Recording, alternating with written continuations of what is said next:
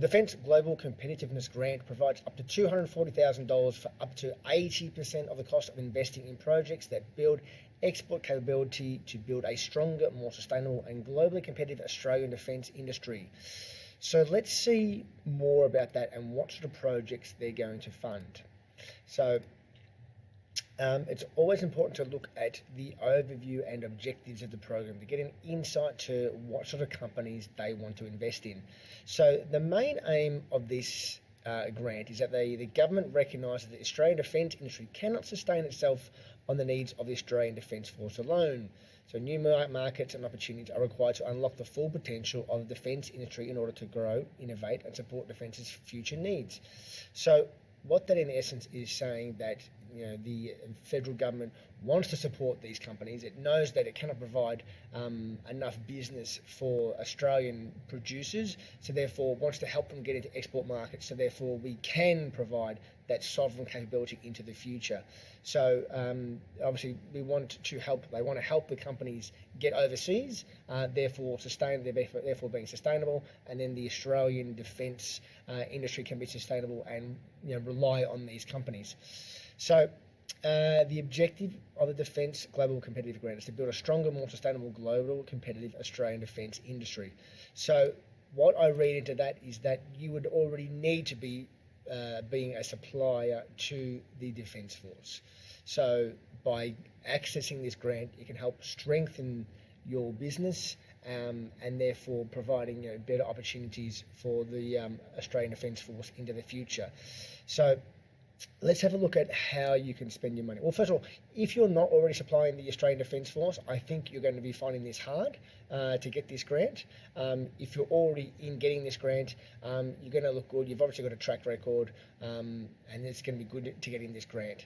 So the $240,000. Also important to know how much money they've got available in the pool. If there's only a small amount of money, not many companies are going to get this. So from my reading, it's $4.1 million every year for the next, 5 or 6, 7 years. But they've actually bumped it up because of COVID to an extra $1.5 million. So I think it's around $5.6 million per year. So there's a fair amount of money in order to get. So let's look at some of the projects you can spend that money. So plant and equipment, construction related to commissioning, direct labour costs, contract expenditure, domestic travel, maximum of 10%, international travel.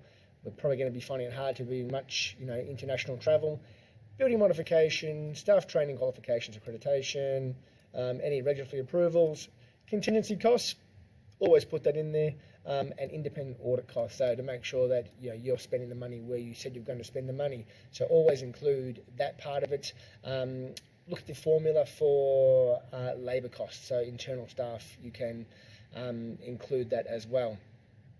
And so there's normally 3 areas or 3 merit criterion that you need to apply for. They change the percents depending on which grant it is that you're going for. So let's look at the main ones to go for. Okay, so merit criterion 1, this has been given 50%. Often it's sort of around the 30 to 40%. So this is going to be the key influencer in this grant. So the extent to which your project will help your business to build defence industry export capability. You need to talk about how you're going to get into the export markets.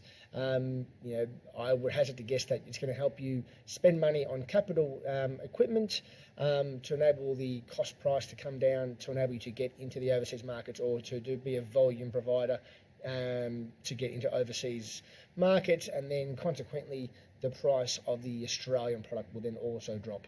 That would be one avenue that I would look at. The export opportunities a project will open up for your business. So talk about, why is this project going to change? What would happen if you didn't get the money? You need to answer that as well. And then broader benefits to your business and the defence industry. So always have in the back of your mind, this is an Australian government grant and they want to be helping the Australian Defence Force. So how is it going to help them? One, it's you want to be talking about the lower cost. 2, it's the supply chain. You might be having a quicker turnaround in case They need that sovereign capability. So the two main aspects: one, look at the global export. How does this project help you get into the export? And then two, how is it going to help the Australian Defence Force? So that is the bulk of your effort that you'd be spending your time in. And then the next 30% is basically your capacity, capability, and resources. So everyone's pretty much going to look good here. So it's who are you and what have you done, I guess, in the past. So if you're not good, you haven't supplied the Defence Force, you can't really change that. That's worth 30%. And then your plan to manage the project include details on the key risks. I will always provide a risk management plan, and often that's very detailed. So just go through every risk that would be involved in the project. What if it's late? What if you can't find the right people? What if you can't get the equipment? What if you can't get any matching finance? Staff leave, commissioning issues, getting the right equipment, all those things. Just go through every possible risk there is, and then just make sure you've got a mitigation strategy for it. So the track record of managing similar projects. So go back through the last 5, maybe 10 years of capital projects that you've undertaken, or any export market projects that you've undertaken. Talk about that. Obviously indicate who these people are that will be managing the project.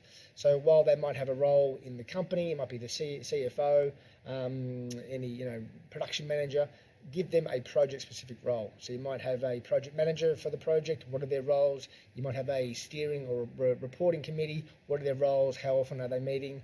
Talk about the finance director. What are they doing in the project? Making sure there's no project overrun in terms of cost. And then 20% of the merit criteria comes down to whether you would proceed without the grant. So of course, you're not going to proceed without this money, but what would happen if you didn't get the money? So you might not do the full-scale project. You might take a longer amount of time. You might not be able to access all export market opportunities. So talk about some alternative options that would happen if you didn't get that funding, and then justify the amount that you need. If you're asking for stupid money, of course you're not going to get it, but make sure there is justification behind it. Always seek to get proposals and quotes for all the equipment. That's the main aspect of the grant. Once again, in summary, talk about the export market opportunities that it's going to become for you, how you're going to become more sustainable by accessing the export markets, and then talk about how the Australian Defence Force is going to benefit from this project. I wish you luck.